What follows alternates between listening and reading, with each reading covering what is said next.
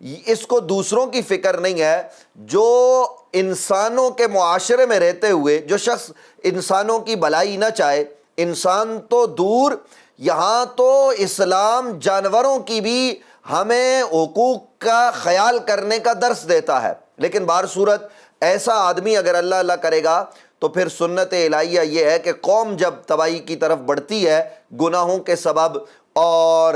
وہ اللہ سے غفلت اختیار کرتی ہے تو ایسے میں پھر اس قوم پر عذاب آتا ہے، اور یہ سابق میں ہو چکا. اور پھر اللہ والا پہلے اس کی زد میں آتا ہے جو اللہ والا کہلاتا ہے، حالانکہ حقیقت میں وہ اللہ والا ہوتا نہیں ہے. ناظرین، تو یہاں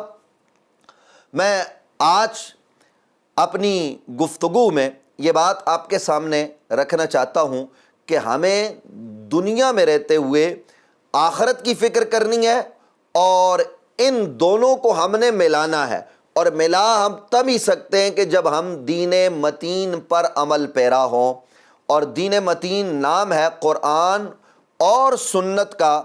نبی رحمت صلی اللہ علیہ وسلم کے فرامین مقدسہ کا. تو آج ہم جس معاشرے میں رہتے ہیں، ہمارا برتاؤ پڑوسی کے ساتھ کیسا ہے، ہمارا برتاؤ اپنے والدین کے ساتھ کیسا ہے، اپنے بھائی کے ساتھ کیسا ہے، ہمارا برتاؤ اللہ کے ساتھ کیسا ہے، ہمارا برتاؤ اللہ کی مخلوق کے ساتھ کیسا ہے، ہم اللہ کے حقوق کس طرح ادا کرتے ہیں، ہم اللہ کی مخلوق کے حقوق کا کیا لحاظ رکھتے ہیں. اس حوالے سے ناظرین غور فرمائیے. اللہ رب العزت کی تمام مخلوقات میں بلا شبہ انسان اشرف المخلوقات ہے، اشرف ہے، اعلیٰ ہے. اور اس کی اہم ترین وجہ یہ ہے کہ اسے حقوق یعنی معاملات کا امین اللہ نے بنایا ہے. دنیا میں آنے کے بعد جس انسان نے اس امانت کو ادا کیا، یعنی اللہ نے اسے نگہباں بنایا، امین بنایا، جس نے ادا کیا تو اس کا تاج شرافت و فضیلت وہ محفوظ رہا، اور جس نے ان معاملات میں خیانت کی اس کا وہ تاج شرافت و فضیلت محفوظ نہیں رہے گا. اس لیے ناظرین ہمیں سوچنے کی ضرورت ہے، غور کرنے کی ضرورت ہے کہ یہ جو حقوق ہے، ان حقوق کے حوالے سے ہم نے کیا کرنا ہے. یعنی اللہ کے حقوق اور اللہ کی مخلوق کے حقوق، جو ذمہ داریاں ہمارے ذمے پر ہیں، ان کو ہم نے کس طریقے سے لے کر آگے بڑھنا ہے. قرآن مجید فرقان حمید نے بڑی وضاحت و صراحت کے ساتھ ایک بات ارشاد فرمائی ہے. قرآن ارشاد فرماتا ہے، یا ایھا الذین آمنوا ارکعوا واسجدوا واعبدوا ربکم وافعلوا الخیر لعلکم تفلحون. اے ایمان والو، رکوع کرو،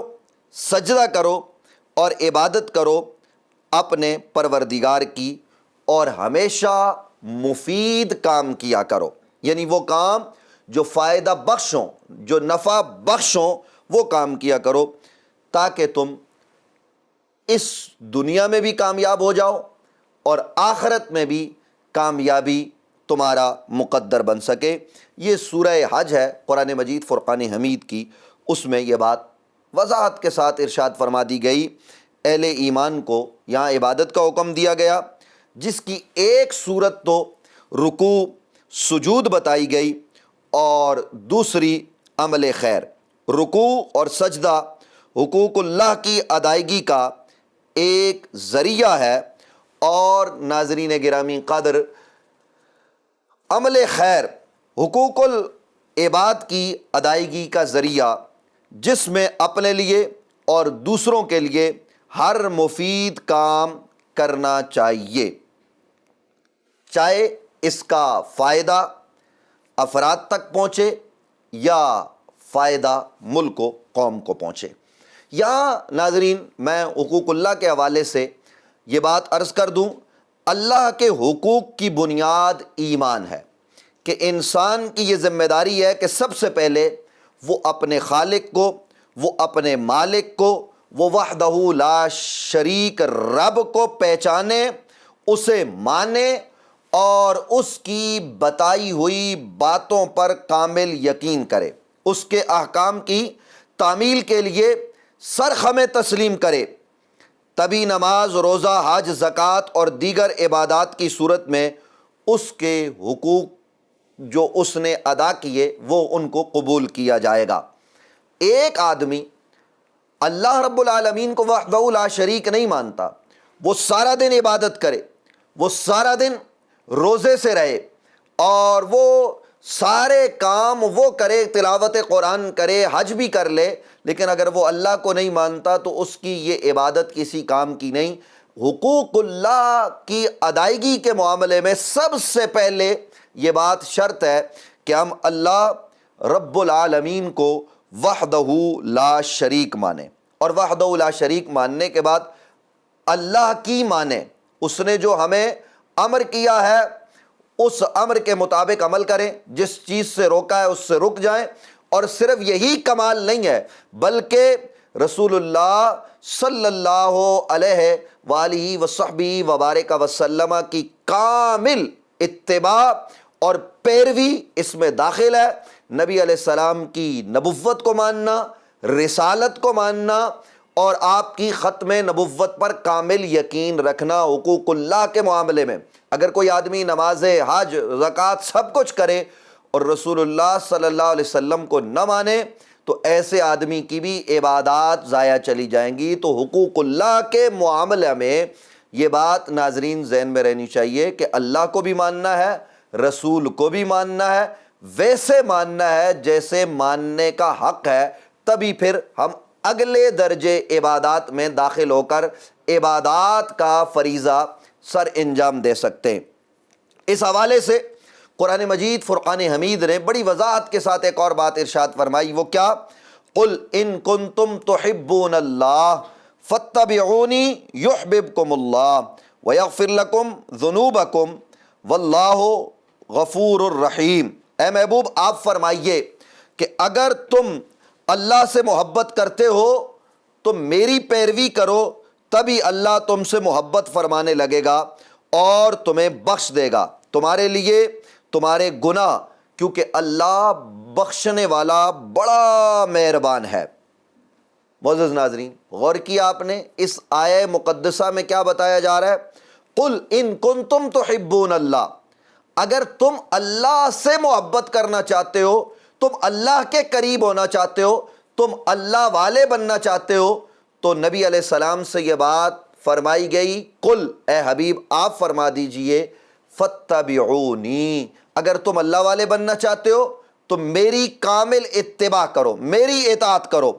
تب تم اللہ والے بن جاؤ گے۔ تو یہ اصول اللہ کے حقوق کے حوالے سے ذہن میں رہنا چاہیے، وہ یہ کہ اللہ کو ماننا ہے وحدہ لا شریک، نبی رحمت صلی اللہ علیہ وسلم کی نبوت کو ماننا ہے اور انہیں خاتم المرسلین ماننا ہے، اور پھر اس کے بعد ہم نے عبادت کے معاملات میں آگے بڑھنا ہے۔ اللہ کی محبت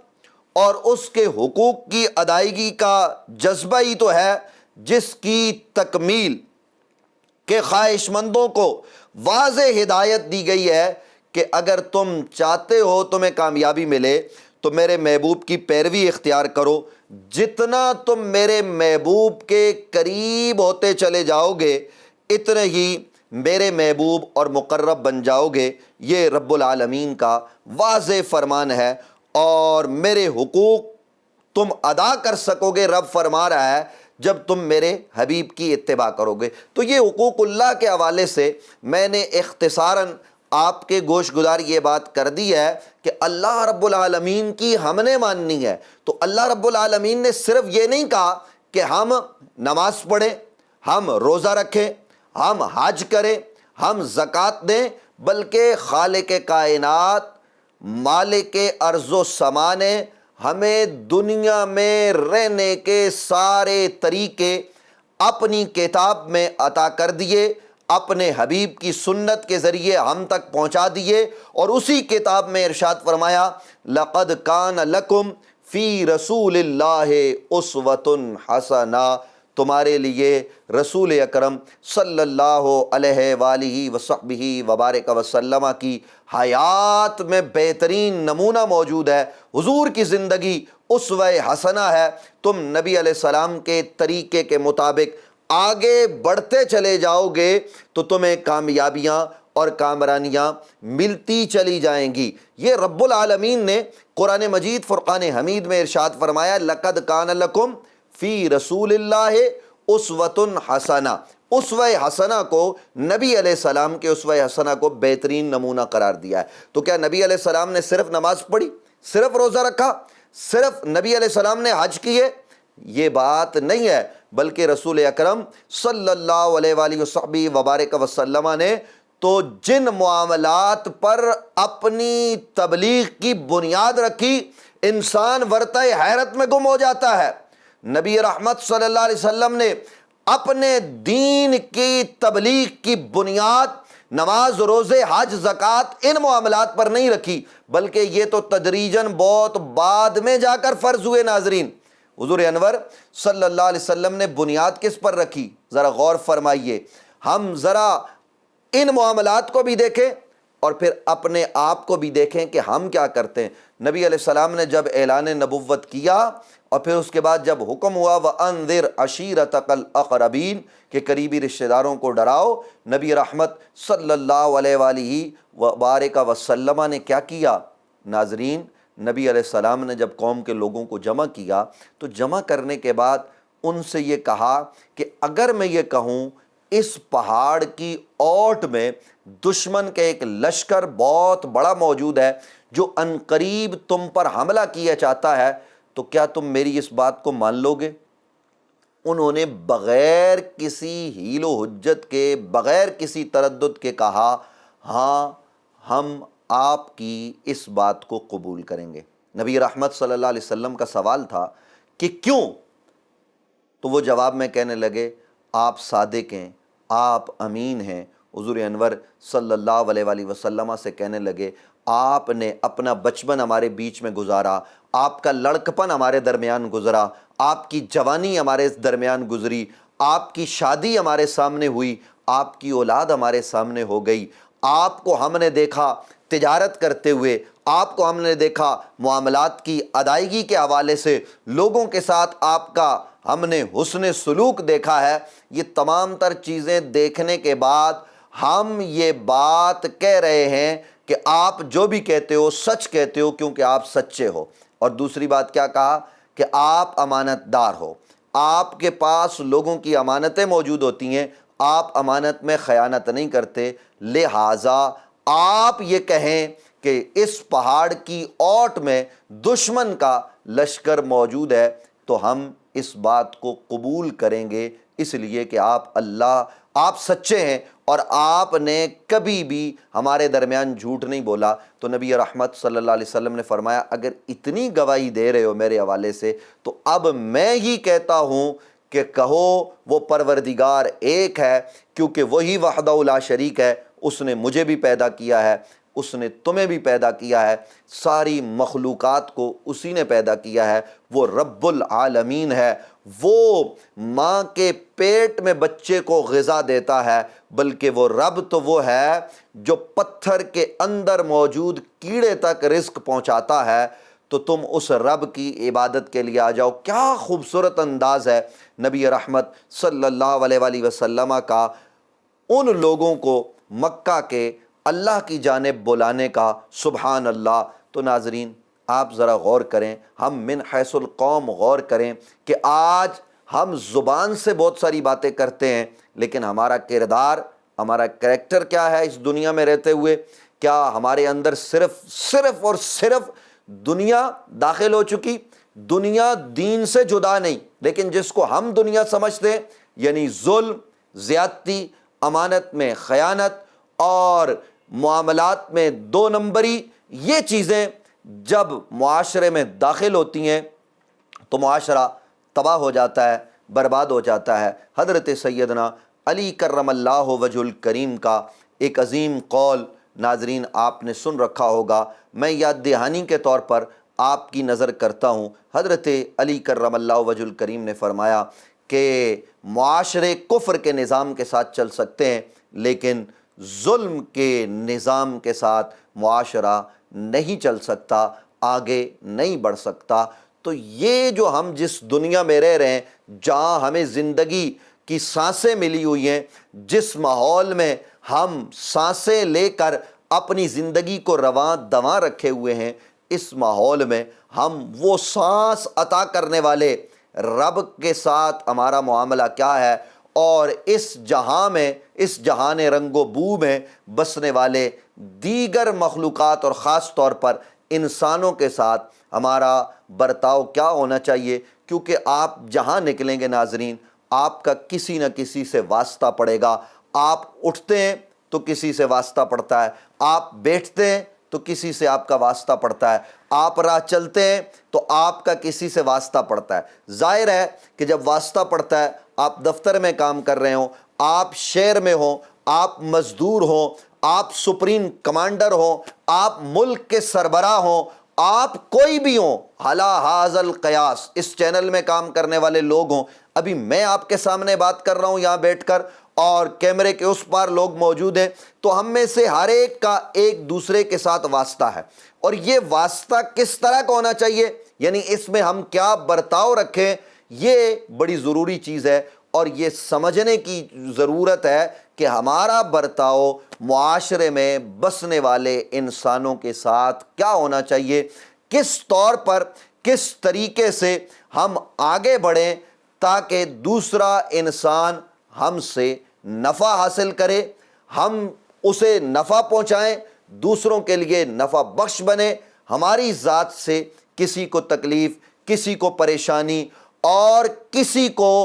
جو ہے نا وہ دکھ نہیں ہونا چاہیے، بلکہ جہاں تک ہو ہم خیر کا کام کریں، ہم بھلائی کا کام کریں، ہم اچھائی کا کام کریں، ہماری زبان پر جو ہے وہ اچھائی کے کلمات ہونے چاہیے، ہمارے چہرے پر مسکراہٹ ہو کہ جب ہم دوسرے سے ملیں۔ انشاءاللہ ناظرین، آنے والے پروگرامات میں آپ کے گوش گزار میں اسی حوالے سے چیزیں کروں گا کہ ہمارا برتاؤ کیسا ہونا چاہیے، حقوق العباد کا سلسلہ جو ہے نا وہ کیا ہونا چاہیے، ہمارا جو ہے نا وہ جانور کے ساتھ برتاؤ کیا ہونا چاہیے، ہمارا انسانوں کے ساتھ انسانی بستی میں برتاؤ کیا ہونا چاہیے، اس حوالے سے میں آپ کے گوش گزار کروں گا۔ لیکن ابتداً میں نے آج کے اس پہلے پروگرام میں، اپنے پہلے پروگرام میں یا اللہ مدد میں حقوق اللہ کے حوالے سے بات کی ہے، کیونکہ ہماری یہ جبین جھکنی چاہیے تو رب العالمین کے سامنے۔ ہم مانگیں تو خالق سے، ہم مانگیں تو اپنے مالک سے، رب سے جو ہمارا پالن نہار ہے، اور اس نے مانگنے کا طریقہ اور سلیقہ بتا دیا۔ اور یہ طریقہ اور یہ سلیقہ ایسا نہیں کہ ہمیں جا کر جو ہے نا وہ مکہ مکرمہ میں مانگنا ہے یا مدینہ طیبہ میں مانگنا ہے۔ اللہ وہ در دیکھنے ہمیں نصیب کر دے تو ہمارے مقدر بہت جو ہے نا وہ اچھے ہو جائیں گے، اور ویسے بھی اللہ سب کے مقدر اچھے کرے، لیکن یہ ہم ہر وقت اللہ نے ہمیں بتا دیا اپنے گھر میں بیٹھ کر مانگ سکتے ہیں، بلکہ ہر نماز میں مانگتے ہیں کہ الحمدللہ رب العالمین الرحمن الرحیم مالک یوم الدین ایاک نعبد و ایاک نستعین۔ یہ کیا ہے؟ ذرا کبھی آپ غور کریں کہ ہم کہتے ہیں تمام تعریفیں اس رب العالمین کے لیے جو تمام جہانوں کا پالنے والا ہے، الرحمن الرحیم جو رحمان ہے، جو رحیم ہے، مالک یوم الدین یہ یوم جزا کا مالک ہے، جو آخرت کا مالک ہے، اور پھر ہم آگے اس کی تعریف کرتے ہیں ایاک نعبد و ایاک نستعین، ہم تیری عبادت کرتے ہیں، تجھ سے مدد چاہتے ہیں، اور پھر اس کے بعد ہم کہتے ہیں یا اللہ ہمیں سیدھے راستے پر چلا۔ سیدھا راستہ کس کا؟ ان کا جن پر تو نے انعام کیا، نہ کہ ان کا جن پر تیرا غضب ہوا۔ تو ہمیں معاشرے میں رہتے ہوئے اللہ رب العالمین کے ساتھ تو یہ تعلق رکھنا ہے کہ مانگنا اس سے ہے، اور پھر اللہ کی مخلوق جو زمین پر چل رہی ہے اس کے ساتھ ہمارا برتاؤ کیسا ہونا چاہیے۔ انشاءاللہ آنے والے پروگرامات میں آپ کی خدمت میں یہ باتیں میں رکھوں گا۔ اللہ رب العالمین ہم سب کا حامی و ناصر ہو۔ ناظرین اپنا بہت خیال رکھیے گا اور اپنے گھر کا خیال رکھیے گا۔ اپنے ملک کا خیال رکھیے گا، کیونکہ یہ گھر، یہ ملک، یہ ہمیں اللہ رب العالمین نے عطا کیا ہے، اور جس رب نے عطا کیا جب ہم اس کا شکر ادا کریں گے تو وہ ہمیں عطا کرے گا، کیونکہ اس کا فرمان ہے اگر تم میری نعمتوں پر شکر ادا کرو گے لَأَزِيدَنَّكُمْ، تو میں تمہیں اور زیادہ عطا کروں گا، لیکن اگر تم کفران نعمت کرو گے تو پھر اللہ کا عذاب بڑا سخت ہے۔ اللہ ہمیں عذاب سے محفوظ رکھے اور اپنی نعمتوں پر شکر ادا کرنے کی توفیق نصیب فرمائے۔